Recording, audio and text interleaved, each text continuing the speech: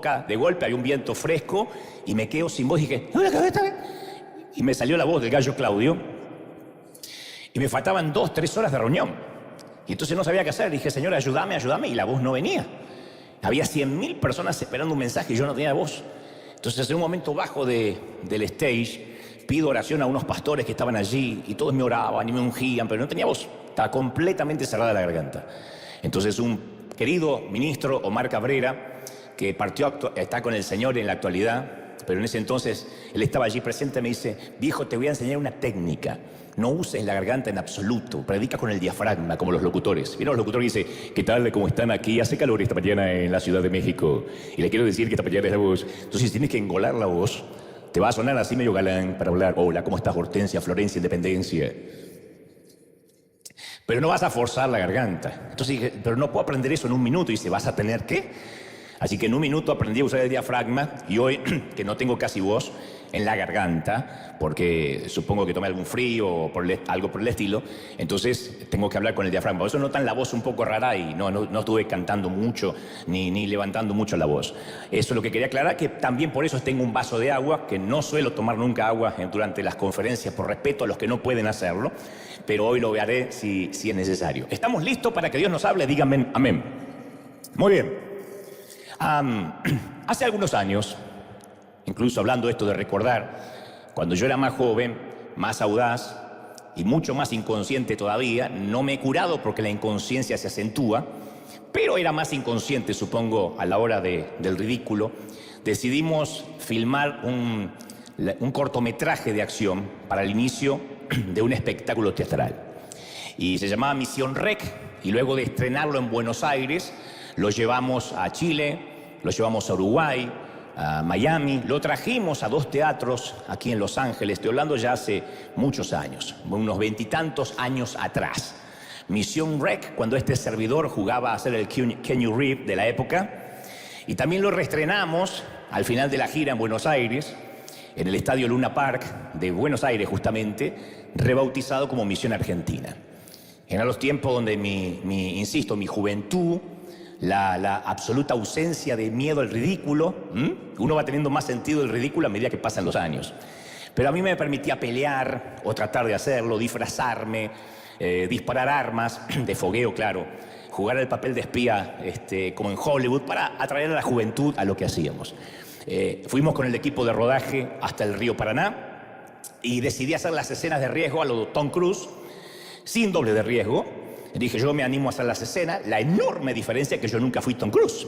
Jamás. Entonces, la escena principal era una persecución con motos náuticas y en cierto momento un helicóptero venía a rescatarme en medio del agua y yo debía soltar la moto y colgarme del brazo o de mi propio brazo de uno de los patines de aterrizaje del helicóptero. O sea, de esos dos parantes que tiene el helicóptero debajo, ¿no? Se llaman patines de aterrizaje. No usaba chalecos salvavidas, no sé nadar, no sé por qué, es una de las cosas que nunca pude aprender. Me negué a usar un arnés de seguridad al colgarme del helicóptero porque quería que se vea real y no queríamos pasar el cortometraje por todo el proceso postdigital para después borrar el arnés como hace Tom Cruise. Quería ser un poquito más que él. Entonces, yo te dije que era inconsciente y era un adolescente de 32 años.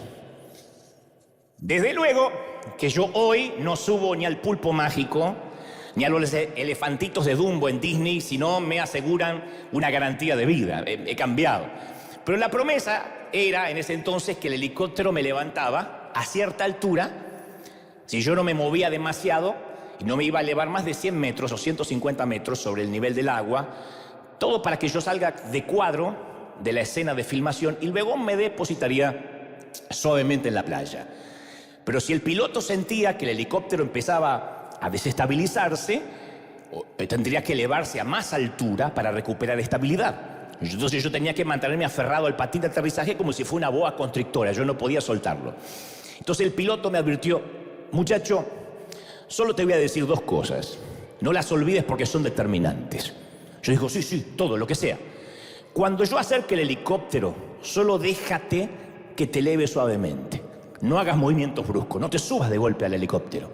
Porque si sueltas el timón de la moto y te aferras al patín de aterrizaje con demasiada fuerza, vas a desestabilizar la nave y debido a la cercanía con el agua, eso hará que tú y yo conozcamos a Jesús en persona hoy mismo. Entendí la metáfora, ¿no? Me habló en términos espirituales porque sabía a lo que me dedicaba. 2, y esto es determinante, aun si fueras Tom Cruise, pase lo que pase, sientas lo que sientas, no mires hacia abajo, nunca. Tom Cruise no mira hacia abajo, ¿no? No, tú tampoco. Y me concentré en esas 2 recomendaciones porque por nada del mundo yo quería repetir esa escena, era la única y última toma, yo no iba a hacer esa escena 2 veces. Pero una vez sobre la lancha, en medio de la persecución, los tiros, el olor a la pólvora, aunque son balas de fogueo, todo eso huele y deja humo, no me acordé de la primera recomendación de no colgarme del helicóptero. Y apenas se acercó la nave a la moto, salté con toda la fuerza sobre el patín de aterrizaje y obviamente desestabilicé la nave. Entonces cuando me colgué y la nave se desestabilizó, ese muñequito que va colgado ahí soy yo. La lancha que no tiene piloto es la mía. No hay más registro fotográfico de ese momento, solo el video, porque incluso el fotógrafo arrojó la cámara para ir a rescatarme. El helicóptero se estaba moviendo en una forma inusual, así que una vez arriba, yo solo podía pensar en la segunda recomendación, que era la que todavía no había acatado. Dije, Señor, me olvidé del primer consejo, me colgué, pero recuerdo el segundo, y eso quizás salve mi vida. No miraré hacia abajo, pase lo que pase, sienta lo que sienta. Afortunadamente estabilizó la nave, obviamente me llevó a la orilla y hoy puedo contarte la historia. Y eso se convirtió en la regla número 1 de mi vida para todo lo que vendría después. No mires hacia abajo, para los estadios de Argentina, para las incursiones en televisión, para comprar harina, cuando fuimos al Dolby Theater, el teatro de los Oscars de Hollywood, para rentar Disneyland, cuando estuvimos todo un día haciendo shows ahí, el Hard Rock de Las Vegas, y cada locura divina siempre tuvo una consigna: no mires hacia abajo, no mires hacia abajo. Y yo siempre me pregunté cuando Pedro caminó sobre el agua si Jesús le dijo algo o no. La Biblia o los evangelios no nos dan registro si se lo dijo, pero si se lo dijo, yo me imagino que sería algo como: hagas lo que hagas, Pedro, no mires para abajo. Continúa, un pie delante del otro. No sé, piensa en algo lindo, piensa en cosas alentadoras, pero no mires hacia abajo. Y solo recuerda que hagas lo que hagas, no mires hacia abajo. Y me imagino que los ojos de Pedro estaban fijos en Jesús y que durante esa experiencia la conciencia de la presencia de Jesús dominó su mente. Mirándole a los ojos, él no miró nunca hacia abajo. Y durante el tiempo que duró, que no sabemos cuánto, Pedro caminó sobre el agua. Y se nos dice entonces que ocurrieron 3 cosas. El centro de la atención del apóstol se desplazó de Jesús hacia la tormenta. O sea, la Biblia dice literalmente sintió el viento. El viento ya estaba, pero allí fue cuando se dio cuenta que el viento lo rodeaba.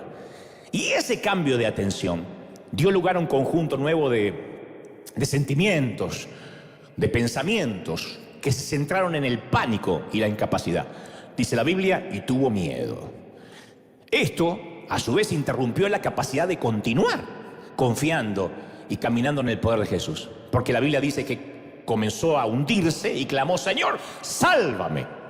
Y desde luego, a mí me conecta esto con los cartoons, con los personajes de la Warner, creados allá en 1949, el Correcaminos Pepe y el Coyote, que en un momento el Coyote siempre se le acababa el piso y él continuaba moviendo las piernas y de hecho corría tan bien en el aire como lo hacía en la tierra. Pero de repente se da cuenta que ya salió de la cima del precipicio. Ahí le da pánico. Acuérdense que toman en sus manos un pequeño cartel que dice sálveme y se desploma a cientos de metros. Lo que sería la muerte segura de un coyote ordinario, pero a él solo le deja unos raspones que desaparecen en el siguiente cuadro y sigue insistiendo con los fallidos productos de Acme, ¿no? Eso, él no es salirse de la cima lo que hace caer al coyote en los dibujos animados. La caída ocurre cuando se da cuenta que está en el aire. Cuando se le olvida la regla número 1, no mires hacia abajo. El problema del coyote es que mira hacia abajo, no que está caminando en el aire. El problema de Pedro no es que está caminando en el agua, es que mira hacia abajo. Y tal parece que Mateo, el evangelista, quiere que entendamos algo cuando nos relata la historia. Porque mientras que la mente de Pedro se centró en Jesús, Jesús tuvo le dio el poder para que Pedro caminara sobre el agua. Pero cuando su mente se concentró en la tormenta, su miedo hizo un cortocircuito con el poder sustentador de Dios. Entonces la esperanza fue lo que sacó a Pedro de la barca, la fe lo sacó de la barca. La confianza es lo que lo sostuvo. El miedo es lo que lo hundió. ¿Me siguen, sí o no? Y existe una condición mental, no es ni siquiera espiritual, que es esencial para vivir el tipo de vida que Dios quiere que vivamos durante el transcurso de este año. Este es un año donde se va a desatar mucho temor. Ya te aviso, mucho temor. Y no soy profeta de mal agüero, pero todo dice que van a aparecer nuevas cepas y nuevos contagios. Ahora dicen que este nuevo contagio es más leve, pero que viene y se hace más viral, y que vienen cosas peores, y que ya hay otro en África. Parece que se pelean las naciones por sacar nuevos virus, como si fueran nuevos automóviles.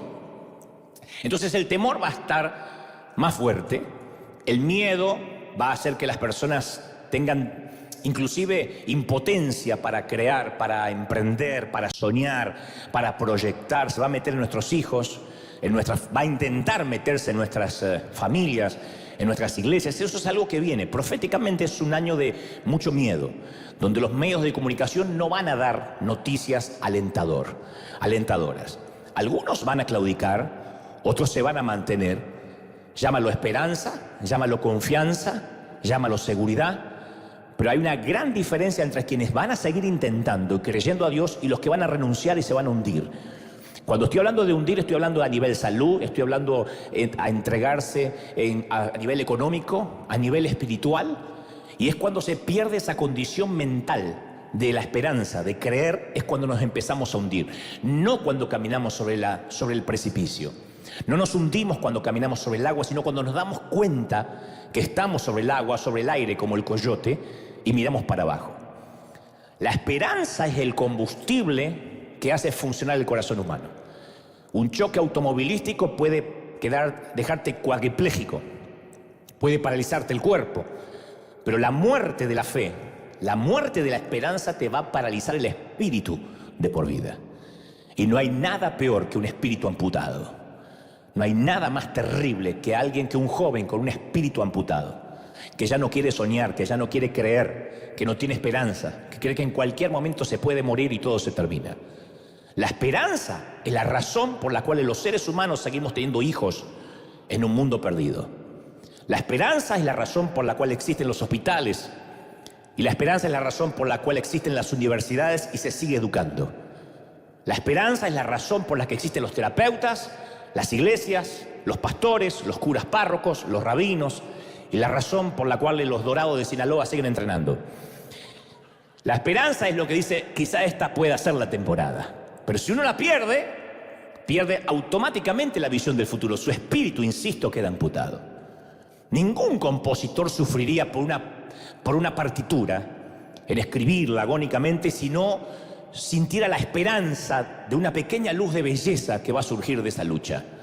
Ningún padre sufriría por su hijo, trabajaría por él, estaría alentándolo a su lado mientras tiene fiebre, sin la esperanza de que un día este niño va a vivir una vida más noble y más feliz que él.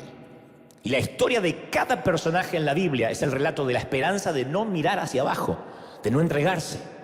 La esperanza hizo que Abraham dejara su hogar. La esperanza es lo que hizo que Moisés desafiara a un dictador, a Faraón. Entonces podemos sobrevivir la pérdida de un número extraordinario de cosas. Puedes perder las piernas y estar confinado en una silla de ruedas o a muletas. Puedes perder los brazos, las extremidades, pero no puedes nunca permitir que te amputen el espíritu, ni a través de los medios de comunicación, ni lo que diga el presidente, ni lo que digan los dictadores de turno. Nadie nos puede amputar la esperanza, porque el día que muera la esperanza y la fe, estarás muerto en vida. Cuando se pierde la esperanza y la fe, estamos acabados. No hay más nada que hacer. Y la Biblia a menudo habla de esto en términos de no pierdan el ánimo. Dice la Biblia, no pierdas el ánimo. Y yo quiero contarte un secreto que a mí literalmente me resolvió la vida. Dios nunca va a llamar a las personas a que bajen de la barca para que se hunda. Nunca. No obstante, va a ocurrir a veces, pero no es su intención. Tu llamado nunca va a ser una trampa para que fracases. Dios nunca te va a llamar para ridiculizarte. ¿Por qué? Porque es un papá. Y los que son papis y mamis saben que lo último que haría un papá y una mamá es ridiculizar a un hijo. Jamás avergonzaríamos a un hijo, nunca. Y nos molesta si alguien se burla o le hace bullying. Entonces Dios jamás nos llamaría para avergonzarnos. Tenemos que quitarnos esa imagen de que Dios te va a avergonzar en público. Eso no hace un padre, jamás. Moisés envió a 12 exploradores a inspeccionar la tierra prometida y que observen sus enemigos. Regresaron 10 y dijeron, de la gente de allí son como gigantes, mejor nos volvemos a casa porque nos van a liquidar. 2 de ellos, Josué y Caleb, dijeron, debemos subir, poseer la tierra, porque con toda certeza podemos hacerlo. Los 12 miraron la misma tierra, enfrentaron la misma situación, alcanzaron conclusiones diametralmente opuestas, en las antípodas, pensaban diferente. Otra historia, un joven pastorcito lleva comida a sus hermanos que servían en el ejército. El gran campeón de sus enemigos, un personaje sacado de la Federación Mundial de Lucha Libre, los provocaba. Todos los soldados estaban aterrorizados de miedo. Ninguno quería pelear con él y se desanimaron. David lo vio y fue con una onda que dijo, ¿quién es esta bola de grasa para atentar contra los escuadrones de Israel? Otra historia. Jesús y sus discípulos estaban en una barca cuando llega la tormenta. Los discípulos estaban tan asustados que se convencieron de que iban a morir, perdieron la esperanza, con pánico, se desanimaron. Jesús se sentó en la misma barca, capeó la misma tormenta y tomó una siesta. Y en todas las historias que te cuento, hay 2 conjuntos de personas que enfrentaron la misma situación. Algunos pensaron que iban a morir, otros pensaron que se iban a hundir. Exploraron la misma tierra prometida, enfrentaron al mismo enemigo, soportaron la misma tormenta. Unos respondieron con paz y otros respondieron con pánico. Unos se desanimaron y otros cobraron ánimo. Ahí es donde notamos que el optimismo, que la confesión positiva y la fe o la esperanza no es la misma cosa. El optimismo te dice todo va a mejorar, todo va a estar bien, todo va a estar bien, todo va a estar bien, pero te estás hundiendo como el coyote o te estás cayendo. La esperanza incluye todas las ventajas psicológicas del optimismo, pero está fundamentada en algo más profundo. Cuando tengo esperanza, cuando tengo fe, creo que Dios va a usar todas las cosas, las va a redimir a pesar de que estén saliendo mal. De alguna forma soy el muchacho de la película y voy a ganar. Alguien tiene que aplaudir más que eso si lo crees. De alguna forma voy a salir de esto. La esperanza no me evita esperar lo peor. Primera de Tesalonicenses 4:13 dice, los que tienen esperanza están preparados para las cosas malas.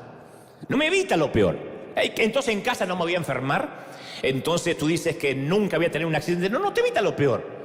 Y por eso quiero que meditemos un poco acerca de lo que significa, aunque venga lo peor, no perder la esperanza, aunque camine sobre el precipicio.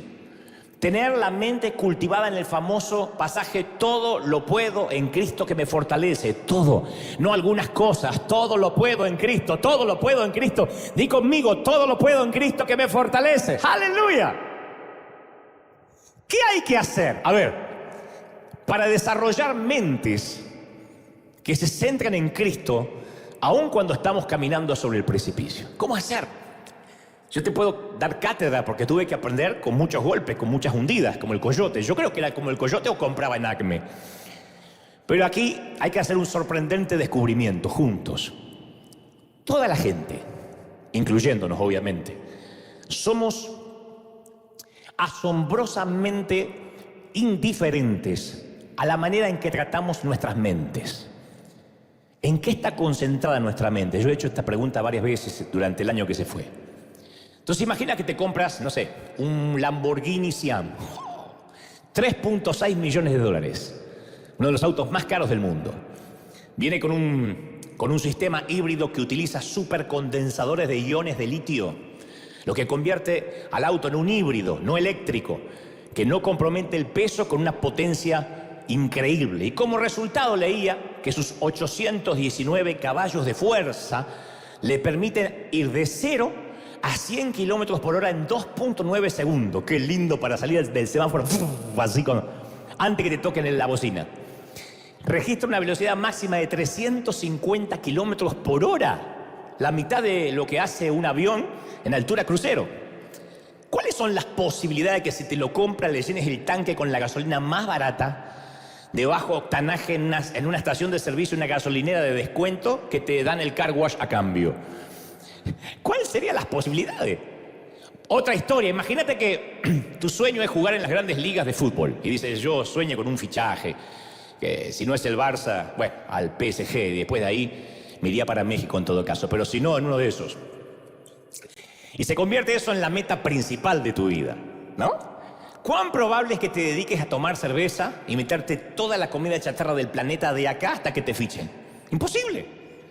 Entonces, cuando una pareja tiene un hijo, son muy cuidadosos respecto a lo que llega a la boca del niño.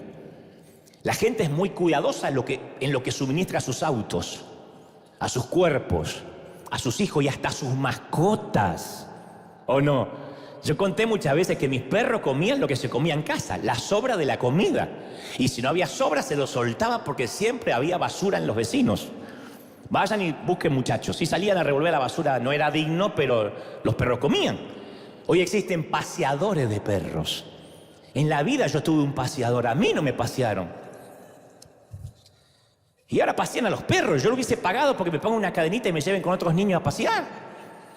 Pero los perros ahora, como no tienen pulgas, no conocen lo que es una buena y apetitosa garrapata en la oreja. Nunca enterraron un hueso en la vida, no tienen dónde ni tienen hueso. No tienen a quién ladrar, no tienen olor a perro porque lo llevan al grooming spa. Lo tienen que mandar al psicólogo de perro para que le recuerden su perrez. Increíble. Tienen una dieta balanceada los perros. Comida premium con proteínas de calidad, con aminoácidos esenciales y ácidos grasos. Esto es verdad, el otro día leí en una bolsa de comida canina, verduras de raíz, legumbres ricas en minerales, libres de alérgenos sin prebióticos y fibra para un mejor tránsito intestinal y el deleite del paladar canino. Dale la tarjeta y que se lo compre él. Conviene darle la plata y que se vaya a comprar solo. Y ni hablar de la industria multimillonaria montada alrededor de lo que le damos a nuestro cuerpo. Nos dicen todos los días en las revistas, en la televisión, en los programas de la mañana, que el secreto de la salud es una dieta alta en carbohidratos y bajo en grasas. O de altas proteínas con grasas pero sin nada de carbohidratos. O una combinación de las tres. O evitar el azúcar a toda costa. Nos dicen que el secreto son las barras energéticas. O el salmón auténtico del mar. Me dicen, no vayas a comer salmón común. Busca el salmón de finca. ¿Qué es el salmón de finca? Un pescado que anda en el patio. ¿Qué es eso? El salmón de granja, el maíz transgénico, la pizza argentina que chorrea aceite y mozzarella. Bueno, de esto no estoy muy seguro, pero si un día los nutricionistas lo recomiendan, yo lo voy a recomendar públicamente también. Entonces, estamos muy conscientes de los comestibles o de lo que consumimos y que todo lo que consumimos ayuda al desempeño, ayuda al bienestar. Y por esa razón es tan irónico que el área más importante de la vida no le prestemos atención, la mente. No le pondríamos a un auto de alta gama una mala gasolina. No le damos a un perro una mala comida. No nos metemos chatarra todos los días en el cuerpo, pero no nos importa lo que nos entra a la mente. El apóstol Pablo dice en Filipenses 4:8, considera todo lo verdadero, lo respetable, lo justo, lo puro, lo amable. En otras palabras, fíjense cómo alimentan las mentes. ¿Cómo las alimentamos? Por eso es que a veces no podemos caminar sobre el precipicio ni sobre las aguas, porque no hay depósito para hacerlo. Nuestra capacidad para vivir en fe, en los tiempos de la pandemia, para permanecer concentrados en Cristo, en los tiempos de las nuevas cepas, sin mirar abajo, depende en gran manera de cómo alimentamos no el cuerpo, sino la mente, no el perro ni el auto, la mente. Así es como somos capaces de concentrarnos en el Salvador más que en la tormenta. Y yo quiero presentarte dos leyes que operan en nuestras vidas. La primera es la ley del conocimiento. Somos lo que pensamos, no hay otra, gente. Mis queridos, somos lo que pensamos. Estar lleno de confianza o de temor depende de la cantidad de pensamientos que habitualmente ocupan nuestras mentes. La forma en que pensamos define nuestras actitudes, moldea nuestras emociones, gobierna nuestra conducta, influencia nuestro sistema inmunológico, nuestra vulnerabilidad hacia la enfermedad. Todo lo que está relacionado con nosotros fluye a medida que nuestra mente va creciendo o decreciendo, de la manera en que pensamos. Pablo en Romanos 12:2 dice, no se amolden al mundo actual, sino que sean transformados mediante la renovación de la mente. Y Jesús dijo que un buen árbol no puede producir un mal fruto y que un mal árbol tampoco puede producir un buen fruto. Hizo esta observación en términos de la conexión entre nuestra condición interna, nuestra mente y nuestra conducta externa. A largo plazo, el buen pensar, es decir, las percepciones precisas, la fe, las emociones saludables, los deseos íntegros, las intenciones honorables, no van a producir malos resultados en nuestra vida. Y el mal pensar no va a producir buenos resultados. Entonces somos lo que pensamos. La segunda ley que gobierna nuestras vidas y que casi nadie se da cuenta, en nuestra mente va a pensar en aquello a lo que esté más expuesta. Lo que repentinamente entra en la mente, al cabo del tiempo la moldea, nos guste o no. Tú y yo no somos aquello que nuestros padres criaron. Somos lo que la mente fue adquiriendo desde la niñez hasta esta vida adulta. Y eso se expresa en la manera que hacemos las cosas, en quienes nos vamos convirtiendo. La ley de la exposición es tan inviolable como la ley de la gravedad. Yo arrojo este vaso al piso y nadie se sorprendería que se cae, porque todos sabemos que la ley de la gravedad funciona. Nadie se sorprende. Sin embargo, para el asombro, hay gente que reacciona con conmoción a la ley de la exposición. La gente se sorprende que aquello a lo que se expone, el paso del tiempo resurge en la forma en que se sienten y cómo ven las cosas en la vida. Nuestros niños están expuestos a miles y miles de actos violentos y explícitos en los medios de comunicación, en las redes, en los celulares, en los jueguitos. Los videojuegos son gráficamente violentos. Pega un vistazo a lo que juegan tus hijos y vas a ver que es matar, quemar, desmembrar gente, zombies, criminales, animales, gente común. Y luego actuamos con sorpresa cuando se inicia una pelea en las tribunas de un equipo de fútbol o en una disco, o cuando los tiroteos en las escuelas dejan devastada una nación. ¿Cómo los niños van con armas? Si están entrenados mentalmente para matar. Zombies, gente, hay un jueguito que literalmente es ir con un auto e ir matando peatones por la calle para ganar puntos. Entonces, nos hace falta voluntad y la restricción para crear una sociedad que produzca mentes que no estén saturadas con violencia desde que nacen. Estamos inundados de imágenes sexuales en televisión, en internet, en celulares, en laptops. Ya no hay filtros que las controlen. Un niño de 10, 11 años ya vio más pornografía que lo que un adulto en nuestros tiempos pudo haber visto a los 30 años. Porque ¿qué? Ya nadie busca la pornografía los encuentra. Y las imágenes sexuales explícitas no solo se envían a adolescentes, sino a niños que no tienen oportunidad de protegerse de algo que todavía sus mentes no pueden digerir. Eso se llama perversión, desviar el uso natural de algo o de alguien. Y luego nos impactamos cuando los niveles de promiscuidad y adicción sexual se elevan y se embarazan niñas de 13 años. A mí me sorprende cómo algunos piensan o viven como si pudieran salirse con la suya al violar la ley de la exposición. Hay gente que dice, no, yo veo algunas películas, yo observo estas imágenes, escucho palabras perversas, pero no me afectan. Yo sé retener lo bueno. Y aparte no le pongo atención, a mí esas cosas me entran por un oído y me salen por el otro. No es así.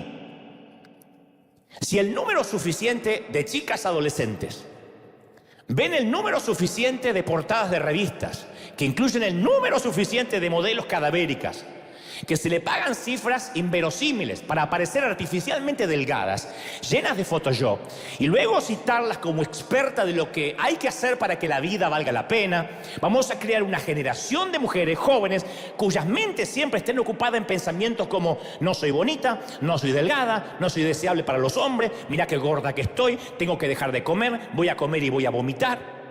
Como la frase de la película El diablo viste en Prada, estoy solo a una diarrea de mi peso ideal.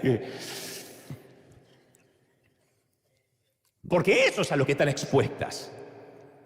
Una nena de 11, 12 años que está pendiente de su cuerpo, la hemos perdido. Tendría que estar jugando con muñecas. Tendría que estar preocupada de cualquier cosa, menos en cómo le queda la falda. Tiene 11, 12. Y si está preocupada a esa edad es porque estuvo expuesta. Eso se llama la ley de exposición. Y sus sentimientos de estima se desploman. Y esto no debería sorprender a nadie. Las actividades a las que asistimos, el material que leemos o el que no leemos, la música que escuchamos, las imágenes que vemos, las conversaciones que mantenemos, los sueños que tenemos cuando estamos despiertos, todos terminan moldeando nuestra mente, nuestro carácter, nuestro destino. Si todo el día estás pensando en sexo, eso será tu mente, un depósito de lascivia. Y no me estoy volviendo viejo, pero algo sé de la vida y sé lo que la mente puede causar. Isaías 26:3 dice: tú guardarás en completa paz a aquel cuya mente en ti persevera, cuyo pensamiento en ti persevera. Entonces todo depende de dónde está puesta nuestra mente o con qué la estamos alimentando. Vamos e invertimos una fortuna en comida balanceada para el perro, pero alimentamos nuestra mente con basura en Netflix o Amazon o cualquier estupidez que pueda aparecer por ahí. No digo que esté mal el streaming, digo que si no somos selectivos a la hora de cómo vamos a alimentar la mente, le estamos dando chatarra. Y después vienen las pandemias, y después vienen las crisis, y después vienen los problemas, y claro que nos hundimos. Si la mente ha estado expuesta a todo tipo de basura y no hay depósito de donde el Espíritu Santo pueda acceder y trabajar. Y una vez que nuestra mente está centrada en Jesús, hay otro gran secreto para no hundirnos en la tormenta. Una vez leí un clásico libro llamado Las Crónicas del Circus, El secreto de los trapecistas. Leí un dato muy curioso y es acerca de la relación especial que tiene que existir entre el acróbata y el receptor, o sea, quien lo atrapa. Siempre hay dos. A mí no me sorprende. Si fuera acróbata, yo querría convertirme en el mejor amigo de quien me va a atrapar. Haría mi mejor esfuerzo para que no hubiera ningún resentimiento entre nosotros. Pero mientras que el acróbata se balancea muy alto en los circos, llega un momento en que se suelta del trapecio y describe un arco en el aire. Y durante ese instante, que deben ser microsegundos, pero a él le debe parecer una eternidad, el acróbata queda suspendido en la nada. Es demasiado tarde para agarrarse otra vez al trapecio, ya no hay marcha atrás. Sin embargo, es demasiado pronto para ser sujetado por el que lo va a recibir. Y el acróbata no puede acelerar la recepción. Y en ese momento su único trabajo es quedarse tan quieto y estático como le sea posible. El acróbata, dice el narrador, jamás debe tratar de recibir al receptor. Debe esperar con absoluta confianza. El receptor lo va a atrapar, pero él tiene que esperar. Su trabajo no es agitar las manos. Si lo hace, podría propiciar su muerte, tal como me aconsejó el piloto del helicóptero y que yo no hice caso. Déjate atrapar y por nada del mundo mires hacia abajo. Este es el trabajo más difícil de todo: esperar. Esperar que pasen los síntomas, esperar que pase la enfermedad, esperar que pase la crisis del divorcio, esperar que salgan los papeles, esperar por migración, esperar que la suegra se vaya. Es lo más difícil. Puede que ahora estés viviendo un momento vulnerable. Puede que hay personas aquí que hoy tengan que soltar aquello que Dios te pidió que sueltes cuando terminaba el año que se fue, pero no sientes todavía que la mano de Dios te está agarrando. Y estás así, como el acróbata. Obedeciste y todavía no sientes que Dios te agarró. Te moviste en fe, pero no sabes dónde vas. Hay personas que han tomado decisiones en fe, en obediencia, han dado una siembra financiera y todavía no vino la provisión. Como el trapecista, estás allí en el aire, esperas con confianza, pero hay veces que empiezas a creer que la paciencia se te va a agotar. A mí me gusta la imagen de Isaías 40:30 que dice: aún los jóvenes se cansan, se fatigan, los muchachos tropiezan y caen, pero los que esperan, los que confían en el Señor, alguien tiene que decir amén, los que esperan renovarán sus fuerzas, dice, volarán como las águilas. Me gusta eso. Correrán y no se fatigarán, caminarán y no se cansarán. Y en algunas veces remontamos los cielos y volamos como las águilas. Esa es una hermosa imagen de Isaías. Los ornitólogos dicen que las aves tienen 3 métodos de vuelo. A mí me fascinó esto el día que lo descubrí. 3 métodos para volar, solo 3. El primero es el aleteo, es decir, mantener las alas en constante movimiento para contrarrestar la fuerza de gravedad. Esos son los colibríes, por ejemplo, si lo han visto. Los colibríes pueden aletear hasta 70 veces por segundo, porque continuamente mueven las alas. Aletear es lo que los mantiene en el aire, pero implica un esfuerzo. Yo creo que los colibríes llegan a la casa y le dicen a doña colibrí, no me hables, porque aleteé todo el día. No tengo ganas de hacer nada. Aletear es un asunto poco elegante, porque aparte es burdo. Yo suelo invertir en la vida mucho tiempo aleteando. Yo aleteo mucho. Me lleva de un lado a otro, pero no hay mucha elegancia implicada en el aleteo. Un segundo método es planear. Las aves alcanzan suficiente velocidad y altura y se deslizan en una corriente descendente. Es mucho más elegante que aletear, pero desafortunadamente tampoco las lleva muy lejos, porque la realidad se presenta en forma de gravedad rápidamente. Planear es lindo, pero no dura mucho, se van a caer. Entonces está el tercer método, que es remontar. Los ornitólogos dicen que solo unas pocas aves, como las águilas, son las capaces de remontar. Las águilas son tan fuertes que le hacen posible sostenerse en corrientes ascendentes de aire, como los aviones. Entonces, en vientos térmicos que ascienden en forma vertical desde la Tierra, la manera que tienen ellos es no mover una sola pluma y pueden remontarse a grandes alturas y se mantienen, sin aletear. Tampoco están planeando para abajo. Se midió que las águilas alcanzan una velocidad de 120 kilómetros por hora sin hacer un solo aleteo. Se remontan en columnas invisibles de aire ascendente. Isaías dice que los que esperan en el Señor habrá ocasiones que van a remontar vuelo. Y uno cuando siente el viento del Espíritu, yo te iba a dar un consejo, déjate remontar. Déjate llevar por la ráfaga del Espíritu. Jesús dijo en Juan 3:8, el viento sopla por donde quiere, lo mismo pasa con el que nace en el Espíritu. Entonces tu vida en algunos momentos va a remontar espiritualmente. No lo vas a entender, son tiempos de favor. No son siempre, pero llegan a veces. Tal vez ahora te encuentres así. Tal vez estás transportado en alto en el poder de Dios y estás hablando en lengua todo el día y lo ves a tu marido panzón y no te importa, y ves a tu mujer llena de crema y te importa menos. Tus hijos no se bañan una vez al mes y tampoco te importa, no pierdes el gozo. Te sientes fuera de la barca, Dios responde tus oraciones con generosidad abrumadora, te utiliza en formas que te impactan, te da poder para vencer la tentación, te sientes productivo en tu vida laboral, hay una fortaleza, una sabiduría que sobrepasa tus habilidades. Dices, ¿de dónde saqué eso? ¿De dónde lo tenía? Algo así, casi como una vida libre de suegras y de migraciones, una vida ideal. Bueno, si eso pasa, sé agradecido durante esa temporada, no te bajes de la ola. Permanece en la corriente del Espíritu, obedece a la guía del Espíritu, no te muevas. Sigue orando y no supongas que estás remontando el vuelo por tu propia fuerza. Son vientos del Espíritu. Estás remontado en un viento del Espíritu. No digas, y me lo merezco, porque te vas ahí abajo como el colibrí. No lo hagas. Como nos pasa en River Arena hace años. River Arena no se puede explicar humanamente. Y es maravilloso que no se pueda explicar ni en libros, ni en posts, ni en métodos de crecimiento. Hay cosas que solo se explican con la gracia divina, con un viento de otra parte. Y cuando eso pasa, remontamos y nos mantenemos en el aire. ¿Cuántos dicen amén? ¿Y por qué Dios bendice a River? ¿Qué sé yo? Pero ahí van todos los ricos. Ayer alguien escribió, vos siempre hablás de los rotos y todo el mundo ahí se viste bien. Las mujeres parecen modelos. Reciban el halago. ¡Ja, ja! Le digo rotos del alma, no rotosos de ropa, che. Pero hay otra línea en la descripción de Isaías. A veces no estamos remontando el vuelo, pero corremos sin cansarnos.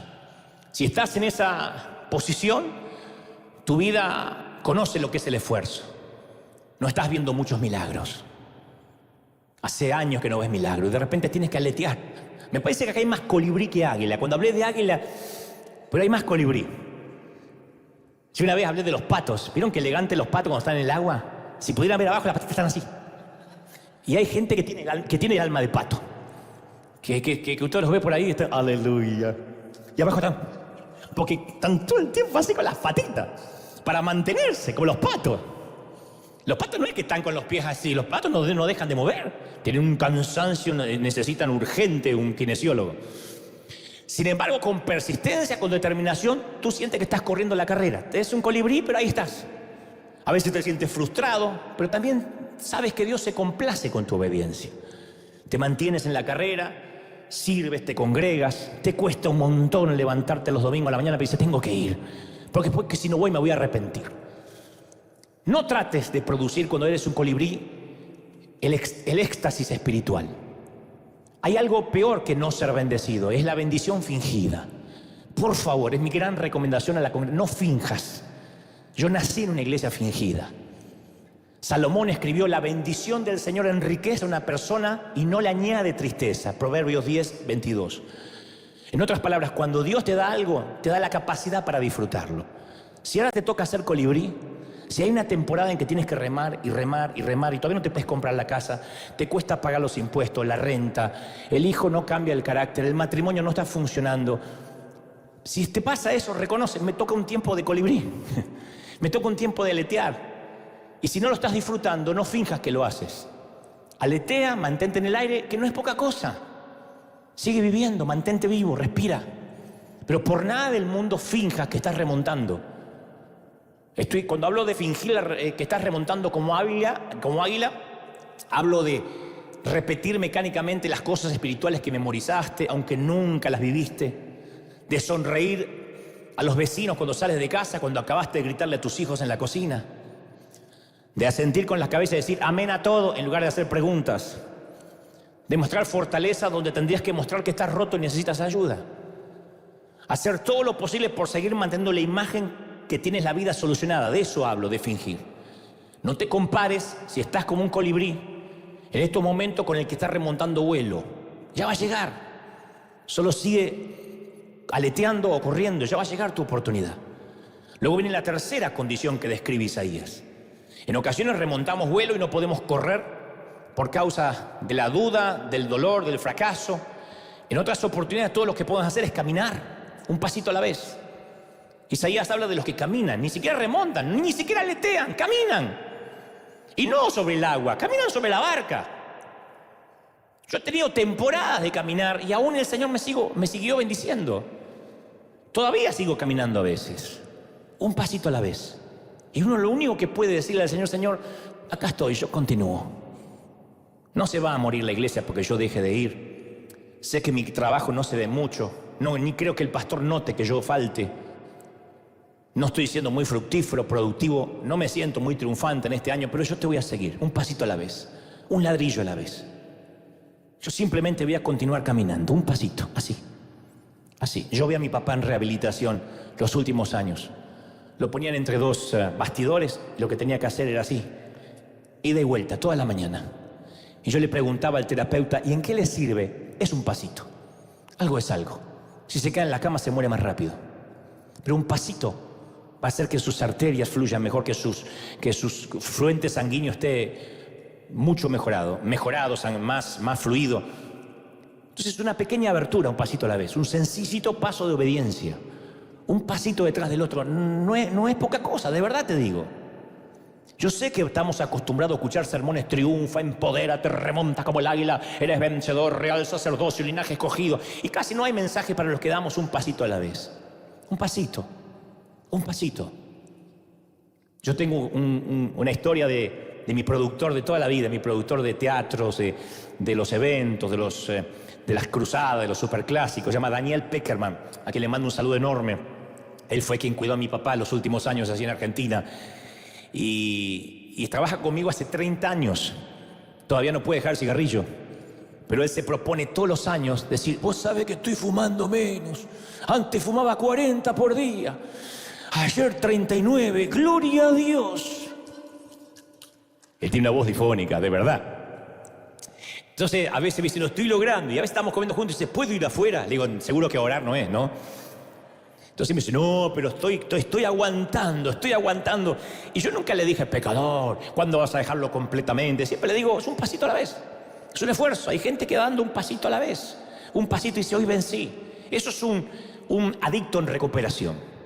Dios no puede hacer las cosas. Bueno, Dios sí las puede, pero no todos reciben las cosas de manera inmediata. Hay gente que tiene que ir un pasito a la vez, con su carácter, con su temperamento. No te apures. Mira, los 30 minutos más impactantes que yo jamás he visto en una película son los 30 minutos de Rescatando al Soldado Ryan, la primera parte.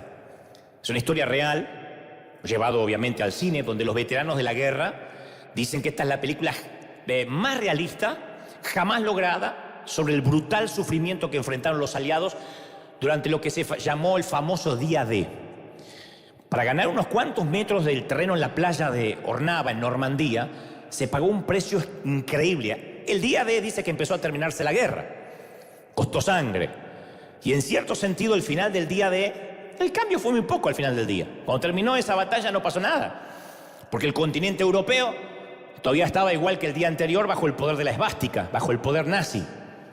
Solo ese pedacito chiquitito de tierra, de unos cuantos metros en una arena, de una oscura extensión en la playa de un solitario país, era lo único que no estaba bajo el dominio del enemigo. Pero esa única y pequeña extensión de tierra fue suficiente. En honor a la verdad, al final de ese día, sí todo había cambiado. Porque ahora había una abertura, un pasito. Era una fisura, un vórtice. Pero que iba a crecer un poquito más cada día. No era un aletear, era caminar un pasito a la vez. Pero las fuerzas aliadas sabían que se estaban haciendo un poquito más fuertes, poquitito fuerte cada día. Todavía faltaban muchísimas batallas, muchísimo sufrimiento, muchísimas muertes, pero era cuestión de tiempo. Hasta que un día París fue liberada, después fue liberada toda Francia, los campos de concentración nazi fueron invadidos, los prisioneros fueron liberados, llegó el día en que Hitler se suicidó en el búnker, el día del juicio cayó sobre la bestia, lo cual siempre ocurre, lo cual siempre va a ocurrir. Luego llegó el día VE, el día de la victoria en Europa. Luego el día VJ, victoria sobre Japón en el Pacífico. Y los soldados podían regresar a casa, la guerra había concluido y el enemigo había sido vencido por una playa. Entre el desembarco inicial en Normandía y el tiro final del último arma disparada hubo una larga brecha. Pero la victoria quedó sellada en el día D. Después, el día de la victoria, fue solo cuestión de tiempo. Pero siempre hay una brecha que Dios hace, un pasito, una decisión. Señor, este año voy a leer un versículo por día. No voy a sacar la televisión de mi vida, voy a hacer muchos deportes todo el día, no. A las mañanas me voy a arrodillar. Antes de ir a hacer pis, me tiro de rodilla, aunque sea un ratito, y después hago pis. O voy a orinar y en vez de agarrar el celular mientras estoy sentado en el inodoro, a ver los mensajes que me perdí o los memes que me desactualicé, voy a llevarme la Biblia, me voy a poner la Biblia a un costadito. Si soy extrañado de vientre, voy a hacer un estudio bíblico, pero voy a leer. Mira, yo pienso que en algunas ocasiones, en la vida de Jesús, por ejemplo, cuando estuvo en el monte de la transfiguración, o cuando resucitó a su amigo Lázaro, del sepulcro el Señor remontó vuelo, fue un águila. Se levantó tan alto en el espíritu que nadie le pudo seguir el ritmo. Subió como un avión a propulsión a chorro. Nadie podía entender. En otras ocasiones, cuando lloró por Jerusalén, cuando se frustró por la lentitud de sus discípulos, cuando enfrentó la oposición de los líderes religiosos, la vida le fue más difícil. Pero se mantuvo aleteando como un colibrí. No se desvió de la ruta, aun cuando era cuesta arriba. Era capaz de aletear mucho. Pero cuando llegó el momento de cargar la cruz, ya no estaba remontando vuelo ni aleteando. Cuando le colocaron la cruz en la espalda lastimada, sangrante, era un muchacho de 33 años. Era joven, pero caminó lento. Era un hombre muy joven, pero ese día tropezó y cayó. Y lo único que hizo fue levantarse otra vez y caminar un poco más. Lento, pero caminando, como vos, como yo, pasito. Tal vez la vida a veces se nos pone difícil, cuando queremos más que nunca dejar todo, y aún así le decimos, Señor, yo no voy a renunciar a ti, yo voy a seguir poniendo un pie delante del otro, voy a tomar mi cruz, seguiré a Jesús, aunque me cueste. No soy el gran corredor, el gran aleteador, nunca seré conocido como las águilas del Evangelio, pero acá estoy dando un pasito a la vez. Aunque no lo creas, esa fue mi vida siempre, siempre. Puede que la imagen sea de un tipo triunfante que se cuelga de los helicópteros y de la vida, pero yo siempre fui de dar un pasito a la vez. Estando sano, estando enfermo, con crisis, sin crisis, con apoyo, sin apoyo, siempre di un pasito, siempre un pequeño pasito. No intento comprar su gracia, no intento comprar la salvación, pero ahí estoy. Y muchas veces Dios aprecia nuestro caminar más de lo que estima que remontemos vuelo. Y Él pagó un precio altísimo. Jesús caminó al Calvario. Tomó sobre sí mismo la cruz, todo el quebranto de la raza humana, todo el sufrimiento del día D en la playa en Normandía y todo el sufrimiento del pecado, del dolor de los seres humanos desde la caída hasta la fecha. Después que el sábado los amigos fueran a ocuparse de su cuerpo, la piedra fue cambiada de lugar, removida. Nada había cambiado tampoco, como en Normandía. Pilatos y los sumos sacerdotes todavía tenían el control. El imperio estaba fuerte. Aun cuando Jesús resucitó, César reinaba. Ni conocía el nombre de ese oscuro delincuente para él que murió en una de las 3 cruces. Y en primera instancia nadie lo supo, excepto un par de mujeres, pero ese fue el día D. Ahora había una abertura, como la playa Ornava en Normandía, en plena guerra nazi. Pequeña inicialmente, no mayor a la entrada de una tumba. Así era la aberturita. La entradita de una tumba. Yo estuve en Israel, es una entradita que hay que agacharse para entrar. Esa fue la abertura en la humanidad. Entonces, cada vez que te involucras en una batalla, cada vez que resistes al pecado, cada vez que proclamas el Evangelio, cada vez que das una porción de tus recursos para engrandecer el reino, cada vez que ofreces un vaso de agua en nombre de Jesús, cada vez que esperas en el Señor, en cada ocasión esa abertura se hace un poquito más grande. La abertura de aquella tumba se agranda y se agranda. Y la oscuridad se replega cada vez más. La luz se hace un poquito más fuerte todos los días. Ese es el caminar cristiano. En nuestro mundo vamos a encontrar muchos corredores veloces. Hay algunas águilas que remontan vuelo mucho más alto de lo que podemos ver. Y es difícil caminar cuando uno está rodeado de águilas, de corredores. Sin embargo, caminar a veces es lo único, lo mejor que podemos ofrecerle a Dios. Es mejor que estar quieto. Camina. Él entiende todos los detalles al respecto. Él sabe lo que es. Caminó al Calvario. Caminar también cuenta, no lo olvides. Caminar cuenta. Tú dices, pero yo no oro casi nunca, apenas por los alimentos. Bueno, caminar cuenta, eso cuenta. Estás intentando. Estás diciendo, Señor, es lo mejor que te puedo dar hoy. A veces mi emoción y mi espiritualidad siento que está en un 90%. Y vengo con un 90% aquí. Pero a veces ese 90% se me va achicando durante la semana. Y ya para el miércoles que me crucé con 3 chinitos en la ruta, casi los choco, casi me chocaron a mí. Amo a los queridos chinos, pero no tenemos que andar nunca en la misma carretera. A veces ese porcentaje me baja un 20%, un 30%. Y a veces llego como te pasa a ti. Llego a la iglesia con mi recipiente con agujeros. Se me llenó el domingo y para el miércoles el aceite parece que se me fue. Y nunca digo, no, entonces no voy. No, ya estoy perdido, soy un caso perdido. Digo, Señor, estoy así, sin aceite. Pero es un pasito a la vez. Es un paso a la vez. Un día va a llegar la liberación. No nos equivoquemos, habrá muchas más batallas, habrá muchas peleas este año, habrá muertes. Pero el día D ya ocurrió, cuando nadie lo estaba mirando. Al final de ese día todo habrá cambiado. Así que mi propuesta, mi consejo de parte del Señor que me envía es: sigue caminando, no te entregues, no te rindas, porque lo que esperamos es tan importante como lo que nos ocurre mientras que estamos esperando. No te rindas, sigue, un ladrillo a la vez, un paso a la vez. ¿Alguien lo cree? Dígame amén. No te entregues, no te rindas, sigue caminando. Yo sé lo difícil que es, sigue. Es difícil, dice hoy otra vez, no hay cambios, sigue ahí, no te entregues. No te entregues. No arrojes la toalla, todavía la campana no sonó, vamos, un round más, sigue. Sigue con la familia, sigue creyendo en tus hijos, sigue creyendo en la economía, sigue creyendo que las cosas van a estar bien. No es un optimismo barato. Es decir, Señor, yo creo que si no miro para abajo y me concentro en ti, sé que voy a llegar. Jesús no le dijo, corre hacia mí, le dijo, solo camina hacia mí, tienes que caminar. Así que te voy a repetir los 2 consejos que alguna vez le dieron a este actor de riesgo novato. Cuando se acerque el helicóptero Salvador, que se va a acercar, solo déjate que te eleve suavemente, no hagas movimientos bruscos. Si te olvidas de este consejo como este tonto actor, esto sí es determinante, aun si fueras Tom Cruise. Pase lo que pase, sientas lo que sientas, escuches lo que escuches durante este año en cualquier medio de comunicación, nunca mires hacia abajo, no mires hacia abajo, no mires hacia abajo.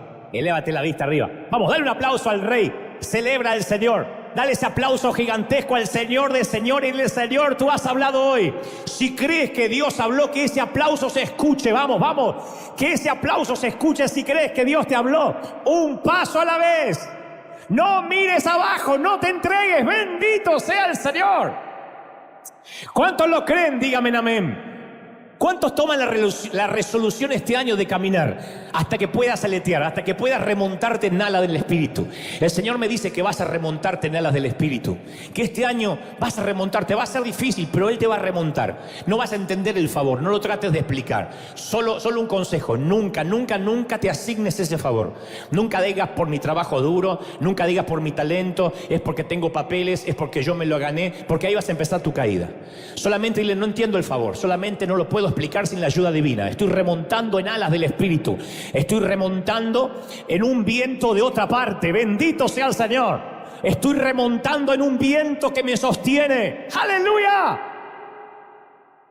Hermanos queridos, la gente del mundo no entiende lo que pasa en River. Me dice: ¿qué? Ahí no tienen miedo. ¿Por qué se siguen congregando? ¿Dónde está la distancia social? ¿Pero qué pasa? La gente no lo entiende. No entiende cómo de aquí enviamos recursos a todo el mundo. No entiende cómo sostenemos misiones, cómo sostenemos orfanatos. No lo entiende. Y lo lindo es que tampoco nosotros lo entendemos. No hay manera. Nos reunimos con el equipo y decimos: ¿pero por qué tanto favor? Y le pregunto al Señor y me dice: no eres ni tú, no eres ni la iglesia, no es porque alguien esté orando de más, no es porque alguien haya pagado un gran precio. Solamente mantente un paso a la vez. Trata de remontar en alas en el Espíritu cuando puedas. Disfrútalo. No te bajes de la ola si no tienes que bajarte. Pero cuando los vientos desciendan, tú solamente aletea. Cuando no puedes aletear, camina. Pero continúa, no te entregues. Que tu vida sea, como dijo Gamaliel, que lo que sea de Dios nadie lo pueda detener. Lo que no es de Dios se termina. Lo que no es de Dios en 2 años desaparece. Lo que es del Señor permanece. Lo que es del Señor no lo podréis detener. ¿Lo crees de verdad? Lo que es del Señor permanece. Y yo he entendido eso, que hay que dar un pasito a la vez, no hay que entregarse. Y esta es la palabra que quiero que te lleves para lo que resta del año. No te entregues, pase lo que pase. No, Ana, no te estoy asustando. La vida nos va a bendecir. Dios va a hacer que la vida sea bendecida. Lo que digo es que cuando veamos que parece que no hay esperanza, recuerda esta palabra: no mires abajo. No mires como el coyote, no mires hacia abajo. Sigue caminando sobre